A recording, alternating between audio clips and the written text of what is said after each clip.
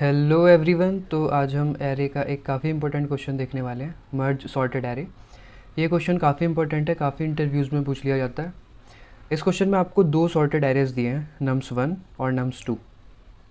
आपको इन दोनों को मर्ज करा के जो फाइनल सॉर्टेड एरे होगा वो आउटपुट में रिटर्न कराना है। दूसरी चीज़, आपको इस क्वेश्चन को इन प्लेस सॉल्व करना है, विच मीन्स कि आप कोई भी एक्स्ट्रा स्पेस यूज़ नहीं कर सकते हो। इसके एग्जाम्पल को और देखना। यहाँ पे क्या है कि नम्स 1 का जो साइज़ दिया है वो 3 दिया है, लेकिन नम्स 1 में नंबर ऑफ़ एलिमेंट्स क्या है, वो 6 हैं, 0 को मिला के। नम्स 2 का साइज़ 3 है, उसमें 3 ही एलिमेंट्स स्टोर हैं। तो यहाँ पे ये क्वेश्चन डिमांड कर रहा है कि आप नम्स 1 में ही नम्स 2 के जो एलिमेंट्स है वो स्टोर कराएं, और उसी में अपना जो भी आपका लॉजिक होगा, जो भी आप मॉडिफिकेशंस करेंगे, आप एट द एंड जो है वो नम्स 1 को ही रिटर्न कराएं। इसीलिए जो एक्स्ट्रा ज़ीरोज़ दिए हैं वो नम्स 2 के एलिमेंट्स को स्टोर कराने के लिए दिए हैं। अगर नम्स 2 का साइज़ 4 होता तो नंबर ऑफ़ ज़ीरोज़ 4 होते। अब आपने काफ़ी बार सुना होगा कि इस क्वेश्चन को इन प्लेस सॉल्व करना है या फिर कोई भी एक्स्ट्रा स्पेस यूज़ नहीं कर सकते हो। तो इस चीज़ का सिग्निफिकेंस क्या है, इस चीज़ की इम्पोर्टेंस क्या है? तो आप जब कभी कंपनी ज्वाइन करेंगे तो वहाँ पे एरे का साइज़ इतना छोटा तो होता नहीं है कि एरे का साइज़ 3 है, 4 है, 5 है। वहाँ पे तो एरे का साइज़ बहुत बहुत बड़ा होता है। लेट्स से कि वहाँ पे एरे का साइज़ है 10⁵ जो कि होता है 1,00,000। अब किसी एरे का साइज़ 10⁵ है, यानी कि 1,00,000 है, तो उसमें 1,00,000 ही एलिमेंट्स स्टोर हो जाएंगे। लेट्स से कि आप इंटीजर्स स्टोर करा रहे हो, तो 1,00,000 इंटीजर्स को स्टोर कराने के लिए एरे का साइज़ भी 1,00,000 ही होना चाहिए। अब एक इंटीजर को स्टोर कराने के लिए लगते हैं 8 बाइट्स, तो 1,00,000 इंटीजर्स को स्टोर कराने के लिए लग जाएंगे आपको 8,00,000 बाइट्स, जो कि मैं केबी में कन्वर्ट करूं तो हो जाएगा 800 केबी, और अगर मैं इसको एमबी में कन्वर्ट करूं तो हो जाएगा 0.8 MB। अब ऐसा भी कुछ फिक्स नहीं है कि एरे का साइज़ जो है 1,00,000 ही होगा, उससे भी बहुत बड़ा हो सकता है। लेट्स से कि एरे का साइज़ हो गया 10⁹9। अब 1,00,000 एलिमेंट्स को स्टोर कराने के लिए लग गए 0.8 MB। तो 10⁹9 अगर किसी एरे का साइज़ होगा और उसमें जो एलिमेंट्स होंगे उसको स्टोर कराने में कितना स्टोरेज लगेगा, मैं इसको 10⁵5 से मल्टीप्लाई कर देता हूँ, तो ये हो गया आपका 800 MB। और 800 MB को अगर मैं GB में कन्वर्ट करूँ तो हो जाएगा 8 GB। अब मोस्टली विंडोज़ का जो साइज़ होता है रैम का वो 8 GB होता है। अगर आपके पास कोई अच्छा मैक वगैरह है तो उसका 16 GB हो जाएगा। अब आप ये सोचो, एक एरे को डिफ़ाइन करने में ही आपका 8 GB रैम चला गया। बाकी का जो प्रोग्राम एग्जीक्यूट होगा, बाकी के जो आपने वेरिएबल्स डिक्लेयर करे हैं, जो फंक्शंस क्रिएट करें हैं, उनका स्पेस अलग है। तो इसीलिए बोला जाता है कि आप इस स्पेस से बचें, आप स्पेस उतना यूज़ ना करें। थोड़ा बहुत टाइम कॉम्प्लेक्सिटी बढ़ेगी, चलेगा, लेकिन अगर स्पेस आप क्रिएट करते हैं एक्स्ट्रा, तो अगर ये बढ़ता है तो ये नहीं चलता है। तो इसीलिए बोला जाता है कि थोड़ा बहुत टाइम कॉम्प्लेक्सिटी को बढ़ा दो, चलेगा, लेकिन स्पेस यूज़ मत करो। स्पेस कम से कम यूज़ करना होता है। तो अब देखते हैं इसका लॉजिक, इस क्वेश्चन का लॉजिक क्या है। तो आपका एक एरे तो है ये, जिसमें नंबर ऑफ़ एलिमेंट्स 3 ही है, लेकिन ज़ीरोज़ भी हैं, तो इसलिए हमने जो बाकी का है ये ज़ीरोज़ के लिए है। दूसरा आपका जो सॉर्टेड एरे है वो है नम्स 2, जिसके एलिमेंट्स है 2, 5, 6। ओके, यहाँ पे 0 0 है। ये हो गया आपका नम्स 1, ये हो गया आपका नम्स 2। अब इसका लॉजिक क्या होगा कि यहाँ पे मैं 3 पॉइंटर डिफाइन करने वाला हूँ। एक तो होगा मेरा इंट आई इक्वल टू जो नम्स 1 का साइज़ होगा। नम्स 1 का साइज़ है m, तो मैं नम्स 1 का जो साइज़ है उसके लास्ट जो एलिमेंट है मैं अपना आई पॉइंटर उस पर लगाऊंगा, यानी कि मैं अपना आई पॉइंटर जो है वो यहाँ पे लगाने वाला हूँ। तो ये क्या हो जाएगा, यहाँ से लेके यहाँ तक m है, तो आई क्या हो जाएगा m-1। सिमिलरली मैं j को जो है अपना जो नम्स 2 वाला एरे है उसके जो लास्ट एलिमेंट है उस पर लगाऊंगा यहाँ पे, तो इसका साइज़ है n, तो ये हो गया है आपका n-1। एक तीसरा पॉइंटर लूँगा मैं k, जो मेरा लगेगा यहाँ पे। अब ये कितना हो जाएगा, अगर ये m है और ये n है तो ये क्या हो गया, m + n-1। भाई नंबर ऑफ़ ज़ीरोज़ जो है वो नम्स 2 के जो साइज़ है उसी को तो डिफ़ाइन कर रहे हैं ना, तो k मेरा लग गया यहाँ पे। अब मेरा लॉजिक क्या होगा कि ये वाला जो एरे है ये भी सॉर्टेड है, ये वाला जो एरे है ये भी सॉर्टेड है। अगर ये दोनों एरे सॉर्टेड हैं तो इस एरे का ये सबसे बड़ा एलिमेंट होगा और इस वाले एरे का ये सबसे बड़ा एलिमेंट होगा। अगर मैं इन दोनों को कंपेयर कर लूँ तो मुझे इन दोनों एरे का मिला के सबसे बड़ा एलिमेंट मिल जाएगा। अब जो भी इन दोनों में से बड़ा होगा मैं उसको प्लेस कर दूंगा यहाँ पे। अगर ये बड़ा होगा तो इसको मैं यहाँ पे स्टोर करा दूंगा और आई को इधर खिसका दूंगा। अगर ये बड़ा होगा, जो कि बड़ा है फ़िलहाल इस वाले एग्जांपल में, तो मैं क्या काम करूँगा, इसको यहाँ पे स्टोर करा दूंगा और जे को इधर खिसका दूंगा। एलिमेंट स्टोर कराने के बाद आपको के को भी इधर थोड़ा सा खिसकाना पड़ेगा, क्योंकि के का काम तो हो गया ना। तो ये इसका सिंपल सा लॉजिक है। इसको एक बार जो है ड्राई रन करके देख लेते हैं। एक बार मैं दोबारा से ये जो एलिमेंट्स है वो एरे जो है वो क्रिएट कर देता हूँ। तो ये थे 1 2 3 0 0 0 और नम्स 2 था 2 5 6 2 5 6। तो अगर मैं अपने इफ़ वाली कंडीशन में ये डाल देता हूँ कि जो नम्स 1 है, सॉरी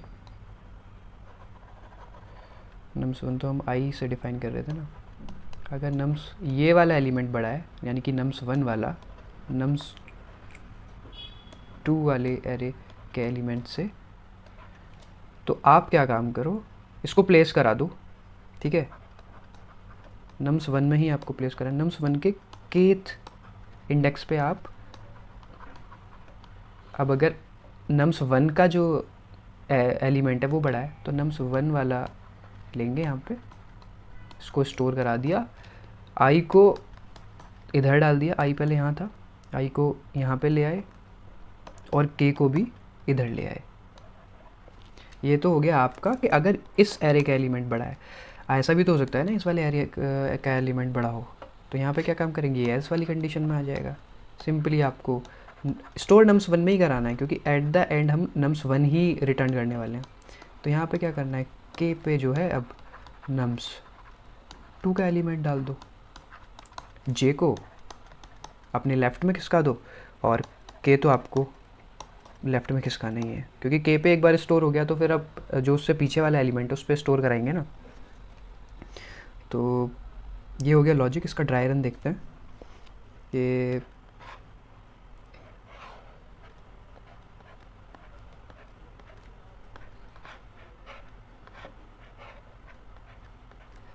वन 2 3 0 0 0 2 5 6। तो आई मेरा यहाँ पे है, के मेरा यहाँ पे है, जे मेरा यहाँ पे है। अब मैं पहले इन दोनों को जो है कंपेयर कराऊंगा, ठीक है। इन दोनों को कंपेयर कराया, बड़ा क्या है 6, तो मैंने यहाँ पे 6 स्टोर करा दिया। एक बार डिफाइन कर लेते हैं, आई मेरा क्या है, आई फ़िलहाल है मेरा 2, जे मेरा है 2, के मेरा है 5। Got it. अगर ये बड़ा है तो यहाँ पे मैंने 6 स्टोर करा दिया। अब अगर 6 स्टोर करा चुका हूँ तो के को माइनस माइनस करना पड़ेगा, के हो गया 4 और जे को भी इधर लाना पड़ेगा मुझे, जे हो गया मेरा 1। अब के मेरा 4 पे है, जे मेरा 1 पे है। अब मैं फिर से कंपेयर कराऊंगा, 3 को कंपेयर कराऊंगा इस बार, जो जे वाला एलिमेंट है 5 से। तो इसमें कौन बड़ा है, ये वाला। क्या करना है, यहाँ पे 5 डाल दिया और जे को माइनस माइनस कर दिया, तो जे हो गया 0 और के हो गया 3। तो जे आ गया मेरा यहाँ पे 0 पे और के आ गया मेरा 3 पे। Got it. अब क्या काम करना है, अब इस वाले एलिमेंट को इससे कंपेयर कराना है। तो इस बार बड़ा कौन है, इस बार बड़ा है ये। तो इस बार क्या काम करेंगे, 3 को स्टोर करा देंगे यहाँ पे, आई को मैं माइनस माइनस करके 1 पे आ जाएगा। के मेरा क्या हो जाएगा, के मेरा 2 हो जाएगा। तो के मेरा आ चुका है अब यहाँ पे, के इक्वल टू 2। अब क्या करना है, आई मेरा कहाँ पे आ गया, यहाँ पे। तो अब मैं इसको जो मेरा जे है उस वाले से कंपेयर कराऊंगा। तो दोनों बराबर है, लेकिन मैंने कंडीशन क्या डाली हुई है, बड़ा होना चाहिए। ये बड़ा होना चाहिए ना, बराबर भी नहीं चलेगा, तो बड़ा तो है नहीं। तो यहाँ पे क्या काम करेंगे, ये एल्स वाली कंडीशन में आ गया। एल्स वाली कंडीशन में आ गया मतलब कि जे हो जाएगा मेरा -1 और इसको मैं स्टोर करा दूंगा यहाँ पे, 3 की जगह हो जाएगा 2, k मेरा हो जाएगा 1 पे। अब आपको एक और चेक डालना है कि आपका जो j है ना वो कभी भी नेगेटिव नहीं होना चाहिए। जैसे ही j नेगेटिव हो वहाँ पे लूप बंद हो जाए। सिमिलरली आप एक कंडीशन डालेंगे i पे कि i अगर मेरा मतलब -1 हो जाता है, तो लूप आपको वहीं पे ब्रेक कर जाना है। क्यों? अगर आप देखोगे j -1 हो चुका है लेकिन आपको आपका सॉर्टेड एरे भी मिल चुका है। सॉर्टेड एरे क्या होगा इसका? 1 2 2 3 5 6 मिल गया। तो जैसे ही j नेगेटिव जाएगा वहीं पे आपका लूप ब्रेक हो जाएगा। तो अभी मैं आपको इसका कोड करके दिखा देता हूँ। तो सबसे पहले मैंने क्या बोला कि आप 3 पॉइंटर डिफाइन करेंगे। इंट i इक्वल टू जो आपका m जो नम्स 1 होगा उसके लास्ट एलिमेंट पे आपको जो है ये i पॉइंटर लगाना है, तो ये हो जाएगा m-1। j वाला पॉइंटर कहाँ पे लगाएंगे आप? जो नम्स 2 वाला है उसके लास्ट में। और k कहाँ पे लगाएंगे? जो नम्स 1 यहाँ पे लगाना है k। तो ये हो गया m + n-1। अब वाइल लूप चलाएंगे कब तक? जब तक j 0 या 0 से बड़ा है। जैसे ही नेगेटिव होगा ये ब्रेक हो जाएगा। अब यहाँ पे एक कंडीशन बनाएंगे आप, इफ़ आपका नम्स 1 जो है वो अगर नम्स 2 वाले एरे के एलिमेंट से अगर बड़ा है, j आएगा यहाँ पे, तो क्या करना होता था दिखाता हूँ मैं आपको। अगर ये वाली कंडीशन है, नम्स 1 वाला जो है ये बड़ा है, तो k पे नम्स i वाला डाल दो, जो बड़ा है वो डाल दो लास्ट में। तो यहाँ पे मैं डाल दूँगा नम्स 1 kth इंडेक्स पे मैं क्या डालूँगा? नम्स 1 का जो i पे पड़ा होगा। और सिंपली अगर i वाला हम k पे डाल चुके हैं तो i को माइनस करा दो और k को तो माइनस कराना ही है। अब एल्स वाली कंडीशन में दूसरा वाला केस चला जाएगा, वहाँ पे आपको डिफाइन करने की ज़रूरत नहीं है। सिंपली आप नम्स 1 kth इंडेक्स पे जो है j वाला एलिमेंट आप नम्स 2 का j वाला एलिमेंट आप डाल दोगे और j को आप माइनस करा देंगे और k तो आपको माइनस कराना ही है। आप यहाँ पे एक और चेक डालना कि i जो है ना, i भी नेगेटिव नहीं होना चाहिए ना, तो i भी 0 से बड़ा होना चाहिए, 0 या 0 से बड़ा होना चाहिए। तो अभी आप इसको अगर रन कराएंगे तो ये आपके टेस्ट केसेस तो सारे पास हो गए। सबमिट करा के देख लेते हैं। सबमिट भी हो गया 100% इफिशियंसी के साथ। तो एक बार टाइम कॉम्प्लेक्सिटी और स्पेस कॉम्प्लेक्सिटी और डिस्कस कर लेते हैं इस क्वेश्चन की। तो स्पेस कॉम्प्लेक्सिटी तो आपको जो इतना ये लॉजिक लगाया गया है ये इसीलिए लगाया गया है ताकि जो स्पेस कॉम्प्लेक्सिटी है इसकी कांस्टेंट रहे। इसकी टाइम कॉम्प्लेक्सिटी रहेगी, आप क्या काम कर रहे हो, एक एरे ये है जो कि m तक है, यहाँ पे 1 2 3, ये तो 0 0 पड़ा था। एक दूसरा एरे है, यहाँ पे क्या थे 2 5 6, इसका साइज़ n है। तो आप वर्स्ट केस में जो सारे m है वो ट्रैवर्स करोगे, जो सारे n है वो ट्रैवर्स करोगे। वर्स्ट केस में यही हो सकता है। तो इसकी कॉम्प्लेक्सिटी हो जाएगी बिग ऑफ m + n।